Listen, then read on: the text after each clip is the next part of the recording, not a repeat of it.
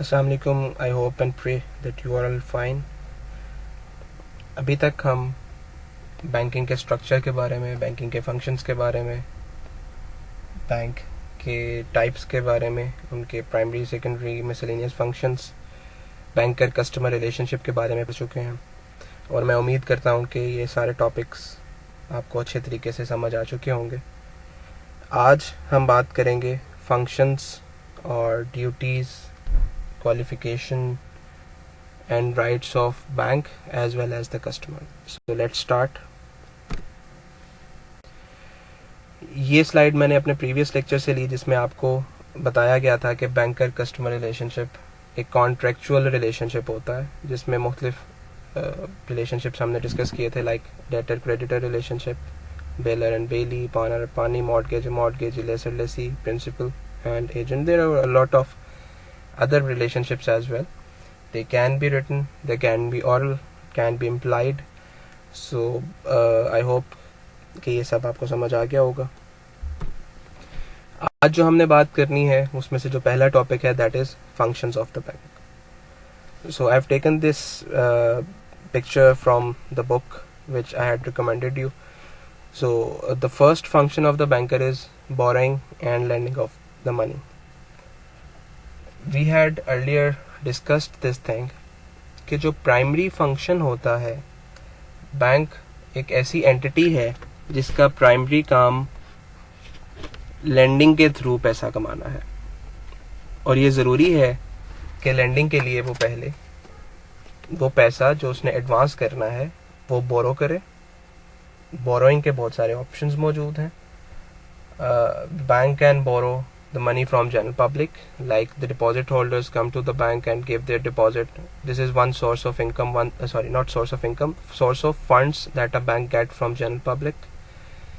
उसके अलावा अगर जनरल पब्लिक से डिपॉजिट कम है और बैंक के पास लैंडिंग ऑप्शन मौजूद हैं तो बैंक इंटर बैंक बोरोइंग भी करता है। जैसे आपने एक वर्ड सुना होगा काइबोर, एक बेंचमार्क है जिस पे बैंक एक दूसरे के साथ buying and selling of funds या बिड एंड ऑफर रेट के ऊपर फंड्स एक्सचेंज करते हैं। So it is inter bank borrowing. Like bank Alfalah के पास लिक्विडिटी मौजूद है और लेट्स से अस्करी बैंक के पास लिक्विडिटी नहीं है, so they can borrow and one bank can borrow and the other bank can lend, obviously at certain rate of interest which is KIBOR, जिसको हम benchmark के तौर पे लेते हैं। So the primary function of the bank, the banker, यहाँ पे bank और बैंकर इंटरचेंजेबली सिमिलर वर्ड के तौर पे यूज हो रहा है। सो बोरो करना और उसको लेंड करना, this becomes the first and the foremost और the primary function of the bank. Second function है discounting bills of exchange and other negotiable instruments. Negotiable instruments जैसा कि चेक, बिल्स ऑफ एक्सचेंज, यहाँ पे मैं आपको एक्सप्लेन कर देता हूँ bills of exchange. Bill of exchange एक निगोशिएबल इंस्ट्रूमेंट है जो सेलर बनाता है। Suppose there is a transaction that a buyer and the seller gets into an agreement, into a contract, जिसमें पेमेंट टर्म्स जो हैं वो क्रेडिट पे हैं।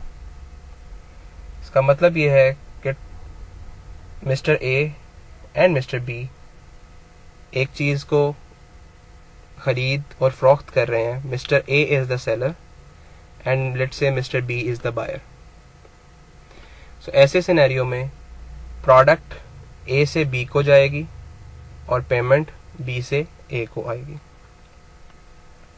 अगर तो ये ट्रांजैक्शन कैश पे है तो फिर बिल्स ऑफ एक्सचेंज का रोल नहीं है, और अगर ये पेमेंट क्रेडिट टर्म्स पे है, लेट्स से उनके दरमियान जो टर्म्स फाइनल होती हैं वो ये कि बी ए को पेमेंट करेगा 30 दिन के बाद, आफ्टर 1 month लेट्स से। ऐसे सिनेरियो में मिस्टर ए जो कि सेलर है वो एक प्रूफ के तौर पे एक बिल बनाएगा जो निगोशिएबल इंस्ट्रूमेंट है जिसको हम यहाँ पे बिल्स ऑफ एक्सचेंज का नाम दे रहे हैं। सो वो बिल जिसमें ऑर्डर करेगा that I order Mister B to pay a certain sum of money to me on a specified date, that is after 30 days, और उसके ऊपर अपने साइन करेगा। It will be a legal document और वो document product के साथ buyer को देगा कि वो इस बिल को एक्सेप्ट करे. Now the buyer will write accepted on that bill, and as a proof that he has written accepted, he will also sign or if that is a company, it will also sign and stamp the document. अब वो bill of exchange acceptance होने के बाद दोबारा से seller के पास आ जाएगा और सेलर उसको अपने पास महफूज रखेगा. 30 दिन के बाद या 1 माह के बाद जो एग्रीड टर्म्स थी वो इसी बिल ऑफ एक्सचेंज को प्रेजेंट करेगा बायर को, यानी कि मिस्टर बी को, that a month before we had made a transaction, I had sold you a certain product and it was sold on a credit terms of 30 days. Now those 30 days have been passed. Your payment is due. Kindly make the payment. So उस bill को, उस document को हम bills of exchange कहते हैं. And here we are discussing the term discounting bills of exchange. So in this scenario, bank provides a facility to the seller. Keeping in view the earlier example, हम suppose करते हैं कि mister ए जो कि seller था उसको 30 दिन से पहले ही पैसों की ज़रूरत पड़ जाती है. So इस सिनेरियो में वो जब बी से डिमांड करता है तो बी 30 दिन से पहले पैसे देने पे रिफ्यूज कर देता है, because they had already done a contract and they had written those terms and conditions. So ऐसे सिनेरियो में मिस्टर ए बैंक के पास जाता है with that accepted bill of exchange by the buyer as an evidence that a month before Mister A had made has sold a product and whose payment is due after 30 days, but I need money right now. So in this scenario वो present करता है bills of exchange. Bank उसकी verification के साथ और risk mitigation को देखते हुए, अपने वही 5 C's को देखते हुए, अपने रूल्स रेगुलेशंस को देखते हुए एक्सेप्ट कर लेता है उस बिल को डिस्काउंटिंग के लिए, जिसके अगेंस्ट वो इमीडिएटली पेमेंट कर देता है सेलर को और वेट करता है वो क्रेडिट टर्म्स यानी कि 30 दिन पूरी होने के लिए, जिसके बाद बायर ने पेमेंट करनी है. और अब वो बायर पेमेंट करेगा डायरेक्टली बैंक को, ना कि मिस्टर ए को, because mister A has already taken that payment from the bank और मिस्टर ए वो bills of exchange further endorse कर चुका होता है बैंक के नाम पे. So the payment will be done to the bank instead of Mr. A, as Mr. A has already taken or discounted that bills of exchange from the bank. So this whole process is called discounting bills of exchange. So bank का एक function ये भी है कि वो seller को या exporter को फैसिलिटेट करता है और बिल्स ऑफ एक्सचेंज को डिस्काउंट भी करता है. नेक्स्ट फंक्शन है collecting negotiable instruments on behalf of the customers. So इस पे भी हम पहले बात कर चुके हैं कि अगर एक चेक, आपका अकाउंट एमसीबी बैंक में है और आपको जो चेक मिला है वो मीज़ान बैंक लिमिटेड का है, सो ऐसे सिनेरियो में आप अपने बैंक को वो चेक देते हैं कि उसकी प्रोसीड्स मीज़ान बैंक से मंगवा के आपके अकाउंट में क्रेडिट कर दे. सो ऐसी सिचुएशन में बैंक एक फंक्शन परफॉर्म कर रहा है, that is called collecting negotiable instruments on behalf of the customer. Next function जो बैंक का है that is buying and selling bullions and foreign exchange. So bank foreign exchange का मतलब the currency which is other than from your home country. For example, if you are living in Pakistan, US dollar is a foreign currency or foreign exchange. Whenever one currency is converted into another currency, that means conversion of foreign exchange. So bank का एक function ये भी है कि वो foreign exchange को खरीदता और बेचता है. The next one is granting of letters of credit to the customer. Letter of credit हम बहुत डिटेल में क्रेडिट डिपार्टमेंट को पढ़ते हुए डिस्कस कर चुके. Basically it's an undertaking by the issuing bank to the exporter that if documents are clean, importer will make payment to the exporter, and if the importer fails to make payment, importer's bank, that is the issuing bank, will make that payment to the exporter. So trade को facilitate करने के लिए bank एक function perform करता है जो letter of credit है। Next one is receiving valuables for safe custody. जैसा कि हमने पढ़ा कि बैंक लॉकर फैसिलिटी भी देता है, बैंक डिपॉजिट भी एक्सेप्ट करता है। सो डिपॉजिट के सिनेरियो में बैंक की रिस्पॉन्सिबिलिटी है कि वो उसको सेफ कस्टडी में भी रखे, और उसके ऊपर अगर आप सेविंग अकाउंट ओपन करवाते हैं तो उसके ऊपर कुछ ना कुछ इंटरेस्ट भी पे किया जाता है। या ऑन द अदर साइड अगर आप एक लॉकर ले रहे हैं तो बैंक ये ऑथराइज नहीं है कि देखे कि लॉकर में क्या मौजूद है, लेकिन bank has the right the bank has the responsibility and duty to keep all those belonging in safe custody through its infrastructure, through its system, through its security guards, etc. So bank also performs a function that is receiving valuable for safe custody.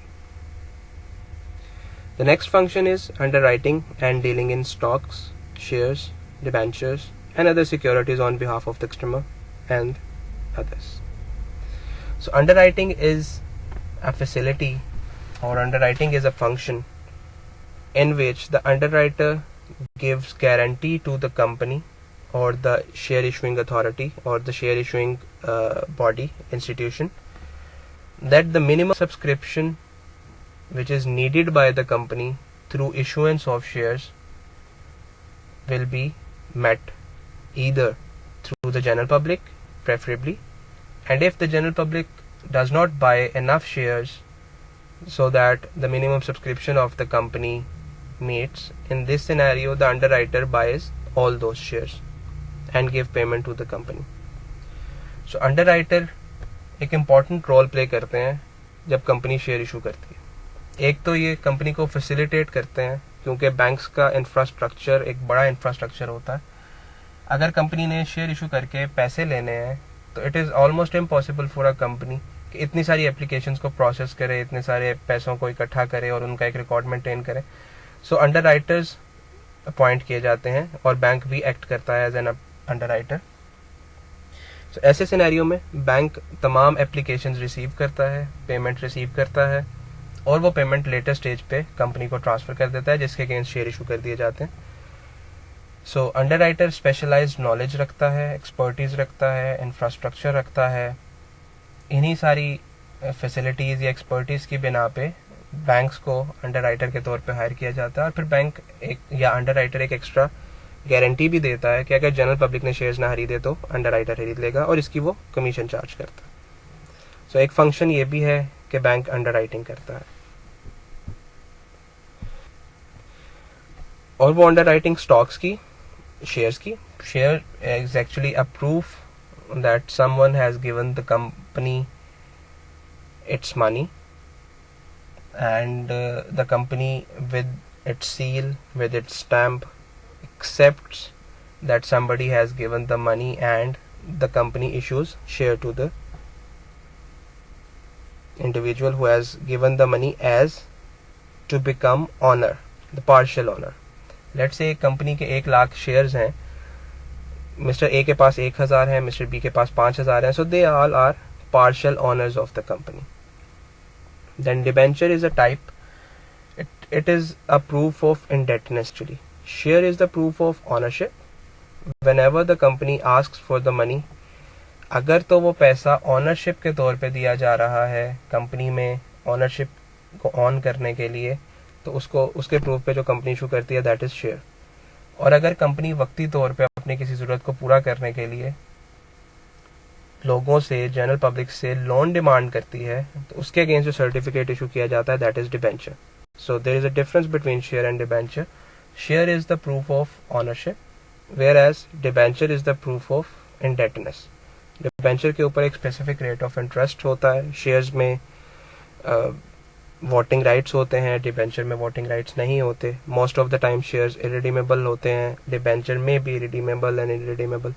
Shares के against कोई security नहीं रखी जाती।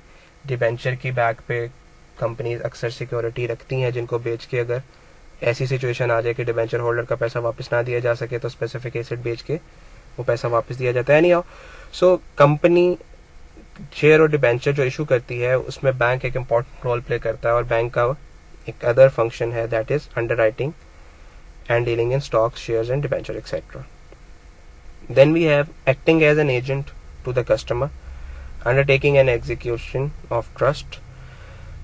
इस point को भी हम पहले डिस्कस कर चुके हैं कि acting as an agent means अगर कोई बिल कलेक्शन के लिए है तो बैंक एजेंट के तौर पे काम कर रहा है, कहीं पे कोई फाइनेंशियल डीलिंग करनी है तो वहाँ पे कंसल्टेंसी प्रोवाइड कर सकता है. सो ऐसी तमाम चीज़ें जहाँ पे आप के बिहाफ पे या कस्टमर के बिहाफ पे बैंक परफॉर्म कर रहा है, so that mean bank is working as an agent to the customer. Then we have carrying on guarantees and indemnity business. इसकी एग्जांपल मैंने आपको प्रीवियस स्लाइड में दी थी, प्रीवियस लेक्चर में, कि इंडेमनिटी जैसे कि बिड बॉन्ड या यूनिवर्सिटी ऑफ एजुकेशन के कैंटीन के हवाले से जब मैं इस बात को करूँगा तो शायद आपको एग्जाम्पल याद आ जाए कि यूनिवर्सिटी ऑफ एजुकेशन को अगर कैंटीन बनानी है तो उससे पहले जब वो टेंडर इशू करती है तो साथ में बिड बॉन्ड गारंटी भी मांगती है. सो ये वही बात है that the bank has a function to issue guarantees and indemnities. Then we have dealing with any property that may come to its security in satisfaction of it outstanding claims. So bank का primary जो purpose है that is to earn profit through borrowing and then to lend that borrowing at different rate of interest. लेकिन ऐसी बहुत सारी situations आती हैं जिसमें बैंक को अपना एडवांस किया गया पैसा वापस नहीं मिलता, जिसको हम कहते हैं लोन डिफॉल्ट कर गया, बैंकरप्सी हो गई. सो ऐसी सिचुएशन में बैंक प्रॉपर्टी में भी डील करता है, उस प्रॉपर्टी में जो बैंक ने एज अ सिक्योरिटी रखी थी. बैंक के मेमोरेंडम ऑफ एसोसिएशन की ऑब्जेक्ट क्लॉज में फाइनेंशियल डीलिंग से मुतालिक चीज़ें लिखी होती हैं. सो बैंक प्रॉपर्टी को अपने ज़ाती मलकियत में ख़रीदना और बेचना जैसे प्रॉपर्टी डीलर्स का काम होता है वैसा नहीं कर सकता. बट यहाँ पे जिस प्रॉपर्टी की बात हो रही है ये वो प्रॉपर्टी है जो बैंक ने एज अ सिक्योरिटी ली थी, कोई एसेट लिया था, कोई बिल्डिंग ली थी, लेकिन वो लोन रीपे नहीं हो सका, कोई आउटस्टैंडिंग क्लेम्स रहते हैं. सो ऐसे सिनेरियो में बैंक को वो सिक्योरिटी बेच के अपना पैसा पूरा करना पड़ेगा. सो बैंक का एक ये भी फंक्शन है. एंड देन बैंक में एक्ट एज मुदारबा कंपनी. मुदारबा एक ऐसा बिजनेस की टाइप है जिसमें एक रब्बुल माल होता है. रब्बुल माल वो जिसका पैसा होता है, जो पैसा इन्वेस्ट करता है, और दूसरी साइड पे मुदारिब जो सर्विसेज प्रोवाइड करता है. सो इट्स अ पार्ट कि अगर कोई बिजनेस करना चाहता है, एक इंडिविजुअल के पास पैसे हैं और एक के पास सर्विसेज हैं, सो वो दोनों मिल के बिजनेस करते हैं. एक का इन्वेस्ट होता है जिसको रब्बुल माल कहा जा रहा है और दूसरा सर्विसेज प्रोवाइड करता है जिसको मुदारिब कहा जा रहा है. सो वो दोनों मिल के एक बिजनेस करते हैं और उस बिजनेस को हम मुदारबा कहते हैं, और अगर वो कंपनी की शक्ल में हो रहा है तो उसको मुदारबा कंपनी कहेंगे. सो बैंक, इस्लामिक बैंक की टर्म है मुदारबा. सो बैंक मुदारबा के तौर पे भी काम करता है दोनों सिनेरियोज में. अगर डिपॉजिट ले रहा है तो बैंक मुदारिब है और जो पैसा दे रहा है वो रब्बुल माल है. और जब बैंक लेंड कर रहा है, जब बैंक एडवांसेस कर रहा है, सो ऐसे सिनेरियो में बैंक रब्बुल माल है जबकि वो कंपनी जिसको लेंड किया जा रहा है वो मुदारिब. फिर हम बात करते हैं क्वालिफिकेशन ऑफ कस्टमर्स की, कि कस्टमर होने के लिए कुछ कंडीशंस, कुछ पैरामीटर्स हैं जो कंपलसरी फुलफिल होने चाहिए, जिसमें से पहला पैरामीटर है that a customer should not be a minor. That means he should be a major. Minor कौन होता है? एज पर लॉ जो एक सर्टन लीगल एज से बिलो है उसको हम कहते हैं माइनर. जैसे पाकिस्तान में कहा जाता है, पाकिस्तान के लॉ में मौजूद है कि ऐसा इंडिविजुअल जिसकी एज 18 साल से कम है वो माइनर है. So a minor can not enter into any contract, and because customer banker relationship is based on a contract, so a minor cannot enter into a contract. That means the minor cannot be a customer to the bank. So a customer, to be a customer, to qualify for a customer, a person should not be minor. The second thing is he or she should not be unsound mind. So when again the customer banker relationship is on contract, and whenever a person is unsound mind, it means he or she cannot enter into any contract. So if he or she cannot enter into a contract, that means he cannot be a valid customer. आपने different movies में देखा होगा कि जब कोई legal case चल रहा होता है तो वहाँ पे प्रूव करने की कोशिश की जा रही होती है कि जब इसने ये कॉन्ट्रैक्ट किया, जब इसने ये साइन किए, ये अपने होशो हवास में नहीं था। सो होशो हवास में ना होना अगर प्रूव हो जाए तो इसका मतलब है वो कॉन्ट्रैक्ट वॉइड करार दे दिया जाता है। So that means it was a illegal contract. So that is why to qualify for a customer, a customer should be of sound mind. He should not be of unsound mind. Then we have he or she should not be debarred from entry into contract. For example, if a person has gotten bankrupt, already वो defaulter है, already उसने कुछ loans पे नहीं किए और court decree pass कर चुकी है कि ये डिफॉल्टर है, ये बैंकक्रप्ट है। So now that means he or she cannot enter into another contract because he has already been declared as bankrupt. और उस बैंकरप्सी में अगर ये लिखा गया, उस ऑर्डर में लिखा गया कि ये फर्दर कोई फाइनेंशियल कॉन्ट्रैक्ट नहीं कर सकता या कोई फाइनेंशियल ऑब्लिगेशन नहीं ले सकता, सो ऐसे सिनेरियो में भी वो एक वैलिड कस्टमर नहीं होगा। So these are the things which are mandatory to qualify for a customer of the bank. Then there are certain rights and there are certain duties. First we talk about the rights of the customer. The first right is draw check against his credit balance. Credit balance means the person had earlier deposited some money into its bank. Now he has a right to withdraw that money because it belongs to him. For example, मैं bank में 1 लाख रुपए जमा करवाता हूँ आज, और मैं 3 दिन के बाद एक चेक इशू करता हूँ जिसमें मैं चाहता हूँ कि 50,000 मुझे वापस दे दिए जाएं। So it is my right to get that money back. So I have a right to draw any cheque up to the amount that I had earlier deposited into the bank. और जो पैसा मैं जमा कराता हूँ वो मेरा credit balance होता है। सो यही बात यहाँ पे लिखी गई है, I have a right, a customer has a right to draw any cheque against his credit balance. Then he has a right to get account statement.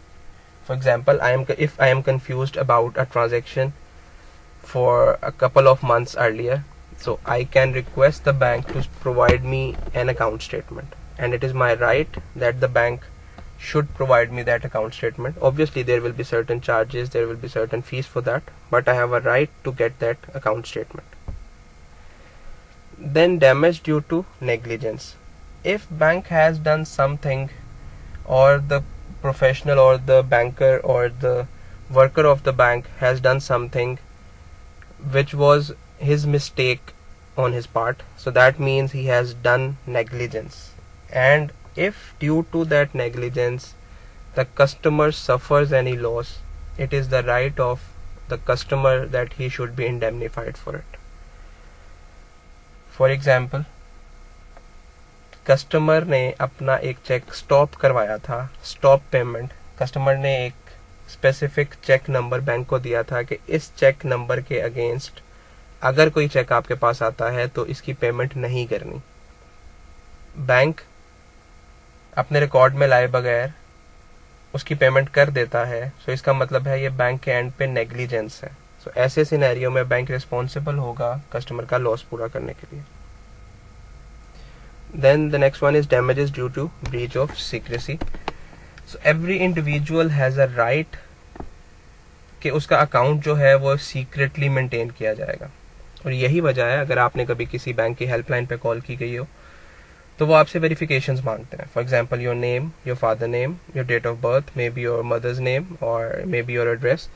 So that is to make sure that the person who has the account is the same person who is calling to the bank. So अगर secrecy maintain नहीं की जाती या bank का data leak कर दिया जाता है या बैंक वो सीक्रेसी मेंटेन नहीं कर पाता, इस वजह से अगर कस्टमर को कोई लॉस होता है तो राइट है कस्टमर का कि वो लॉस फुलफिल किया जाए। Then claim for receiving the profit और return on deposit. So if the customer has opened a saving account and it was agreed by the bank that the bank will pay 5% rate of interest, for example, so it is the right of the customer कि वो 5% जो rate of interest agree किया गया था वो उसको मिले. And lastly, to sue the banks against wrong dishonor of check की बात यहाँ पे हो रही है. That for example, the customer ने एक चीज़ खरीदी और मिस्टर बी को चेक दे दिया कि ये चेक पेमेंट जो चीज मैंने खरीदी है उसकी पेमेंट मैं आपको थ्रू चेक करता हूं. अब जो मिस्टर बी ने वो चेक अपने बैंक में जमा करवाया और वो चेक क्लियर होने आया तो बैंक ने गलती से उसको डिसऑनर कर दिया, उसको रिटर्न कर दिया, उसको वापस कर दिया कि कस्टमर किसी भी वजह से कि कस्टमर के साइन मैच नहीं करते या कस्टमर के अकाउंट में पैसा नहीं है, अगर तो ये रीजंस वैलिड हैं तो इसका मतलब है बैंक ने अपना काम प्रॉपरली किया है। लेकिन अगर बैंक ने नेग्लिजेंस की कि कस्टमर के अकाउंट में पैसा मौजूद था, चेक आया लेकिन बैंक ने गलत किया, गलती से वो चेक डिसऑनर कर दिया, वापस कर दिया इनसफिशिएंट फंड की वजह से, का मतलब है कि यहाँ पे बैंक ने गलती की। सो ऐसे तमाम सिचुएशन में बैंक कस्टमर का राइट है कि वो बैंक को सू कर सके और अपने तमाम डैमेजेस या अपने तमाम लॉस को रिकवर कर सके। जहां कुछ राइट्स हैं कस्टमर के, वहां पे ड्यूटीज भी हैं। सो उन ड्यूटीज की बात करते हैं। पहली ड्यूटी है operation to be done during the banking hours. So banking hours are specified by the central bank or by the State Bank of Pakistan. अगर हम पाकिस्तान की एग्जांपल लें, so out of the banking hours it is not a duty to the bank कि वो customer को entertain करे। लेकिन अगर कोई कस्टमर बैंकिंग आवर्स में बैंक की प्रेमिसेस में मौजूद है, so it is mandatory, it is duty of the bank कि वो कस्टमर को फैसिलिटेट करे। Then we have customer must present cheque with in reasonable time from the date of their issue. आपने cheque की types पढ़ते हुए एक चीज़ पढ़ी थी, स्टेल चेक, कि हर नेगोशिएबल इंस्ट्रूमेंट या चेक की जो वैलिडिटी है that is 6 months, after 6 months from the date of drawn of the cheque. So अगर उसकी डेट ऑफ ड्रॉन के 6 माह गुजर गए हैं तो उसके बाद वो चेक स्टेल हो गया है। So after getting stale it is not the duty of the bank, but before if it is presented well in time in the banking hours, जैसा हमने पहले पॉइंट में पढ़ा, उस चेक में भी कोई मसला नहीं है उसकी डेट में और it is all legitimate thing. So ऐसे सिनेरियो में कस्टमर की ये ड्यूटी बनती है कि वो जो भी चेक दे रहा है वो रीजनेबल बैंकिंग आवर्स में और रीजनेबल डेट और टाइम के साथ बैंक में प्रेजेंट करे। Then we have should keep its cheque book in lock and key. Cheque book एक ऐसा या चेक एक ऐसा इंस्ट्रूमेंट है जिसमें आप बैंक को एक ऑर्डर करते हैं कि वो आपके अकाउंट के साथ कैसे ऑपरेट करें। जैसे आप चाहते हैं कि अपने अकाउंट को आप पैसे को ट्रांसफर करें, तो एक जो चेक के ऊपर इंस्ट्रक्शंस लिखी जाती हैं या दी जाती हैं वो एक डिफरेंट है। आप चाहते हैं कि आपके चेक को कैश किया जाए तो आप क्रॉस नहीं करते, लेकिन अगर आप चाहते हैं कि चेक को कैश ना किया जाए बल्कि अकाउंट में क्रेडिट किया जाए किसी और बंदे के, तो आप क्रॉस कर देते हैं साइड से। आप चाहते हैं कि एक ऑर्डर चेक बनाया जाए, एक स्पेसिफिक पर्सन ही अपने अकाउंट में क्रेडिट कराए, सो आप क्रॉस भी कर देते हैं, साथ में आप बेरर भी काट देते हैं। So that means cheque is a very important instrument, इसकी बेस पे आपका अकाउंट ऑपरेट होना है। So it should be, it's a duty of the customer कि वो अपनी चेकबुक को लॉक एंड की में रखे ताकि किसी भी हैजर्ड से या किसी भी नुकसान से वो बच सके। Then he should draw cheque carefully ensuring no room left for any fraudulent activity.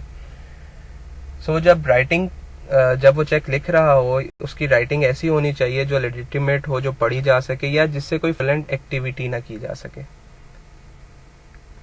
जैसे न्यूमेरिक में अमाउंट 1 लाख लिखते हुए जीरो इतने करीब या इस तरीके से ना लिखे जाए कि उससे एक ज्यादा या कम किया जा सके और वो किसी ना किसी तरीके से उस पर फ्रॉड किया जा सके। So while writing the cheque और while signing the cheque it is the duty the customer to make sure कि वो चेक जो है वो ठीक से इंस्ट्रक्शंस पास ऑन कर रहा है और उस चेक पे किसी किस्म की फ्रॉडुलेंट एक्टिविटी करना मुश्किल है। अब हम बात करते हैं rights and duties of the banker. So पहला राइट है बैंकर का, that is called right to lien. Right to lien, right to set off और उसके बाद राइट टू अप्रोप्रिएशन। ये हम बात करते हैं उस सिनेरियोज की कि जब किसी कस्टमर ने बैंक से लोन लिया है। अगर किसी भी कस्टमर, किसी इंडिविजुअल, किसी कंपनी ने बैंक से लोन लिया है और उस सिनेरियो में कोई ना कोई सिक्योरिटी बैंक को दी है कि अगर ये लोन वापस नहीं किया जाता तो आप ये सिक्योरिटी बेच के अपना पैसा रिकवर कर सकते हैं। तो इस सिनेरियो में बैंकर के 3 राइट्स बनते हैं, जिसमें से पहला राइट हम डिस्कस कर रहे हैं, that is right to lien. सो बैंक का राइट है कि वो अपनी पोजेशन या अपनी कस्टडी, या अगर पोजेशन और कस्टडी दोनों नहीं है तो अपने चार्ज में या अपनी इस हैसियत में मौजूद रहे कि वो जब चाहे उस सिक्योरिटी को बेच सके, तब तक जब तक कि लोन रीपे नहीं हो जाता। सो दैट मीन अगर किसी इंडिविजुअल ने बैंक से लोन लिया है तो बैंक का ये राइट है कि जो सिक्योरिटी दी गई है वो तब तक अपने पास लियन में रखे जब तक कि वो लोन वापस नहीं कर दिया जाता। This is the first right. The second right is right of set of. So suppose एक इंडिविजुअल सेम नाम से दो अकाउंट मेंटेन कर रहा है, एक डेबिट अकाउंट या डेबिट बैलेंस अकाउंट और एक credit balance account.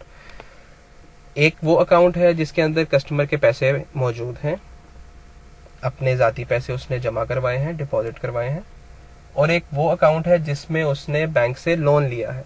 So that means ही ओज टू द बैंक, उसने पैसा वापस करना है। सो ऐसी सिचुएशन जब वो कस्टमर पैसा वापस नहीं कर पा रहा या नहीं कर सकता, बैंक का राइट है कि वो सेट ऑफ कर ले, यानी कि वो उस अकाउंट से पैसा जिसमें कस्टमर का ज़ाती पैसा मौजूद है वो विड्रॉ करे और उस अकाउंट में एडजस्ट कर ले जिस अकाउंट में बैंक ने एडवांस दिया हुआ है या पैसा कस्टमर से वापस लेना है। So it is the second right of the banker that the bank can set of any two accounts which is open on the same name of the same customer, कि अगर कस्टमर ने कुछ पैसे bank को वापस करने हैं और एक साइड पे कुछ ऐसे पैसे भी पड़े हैं अकाउंट में जो कस्टमर के ज़ाती हैं, तो बैंक उन दोनों पैसों को एडजस्ट कर सकता है अपना लोन रिकवर करने के लिए। Then we have right of appropriation.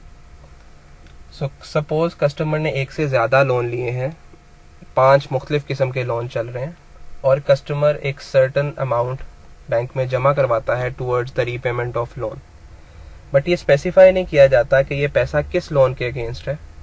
तो बैंक का राइट है कि जैसा बैंक को अप्रोप्रिएट लगे, मुनासिब लगे, बैंक उन 5 लोन्स को अपनी मर्जी से अपने तरीके से अप्रोप्रिएटली एडजस्ट कर सकता है, लेकिन इस सिनेरियो में कस्टमर को इन्फॉर्म करना मैंडेटरी है। Then the bank has a right to charge for their services. So bank locker services provide करता है, सो बैंक कस्टमर को चार्ज कर सकता है। बैंक कलेक्शन फैसिलिटी देता है, बिल्स ऑफ कलेक्शन, तो बैंक चार्ज कर सकता है। बैंक डिस्काउंटिंग की फैसिलिटी देता है तो बैंक चार्ज कर सकता है। So bank has the right to charge for the services that it provides.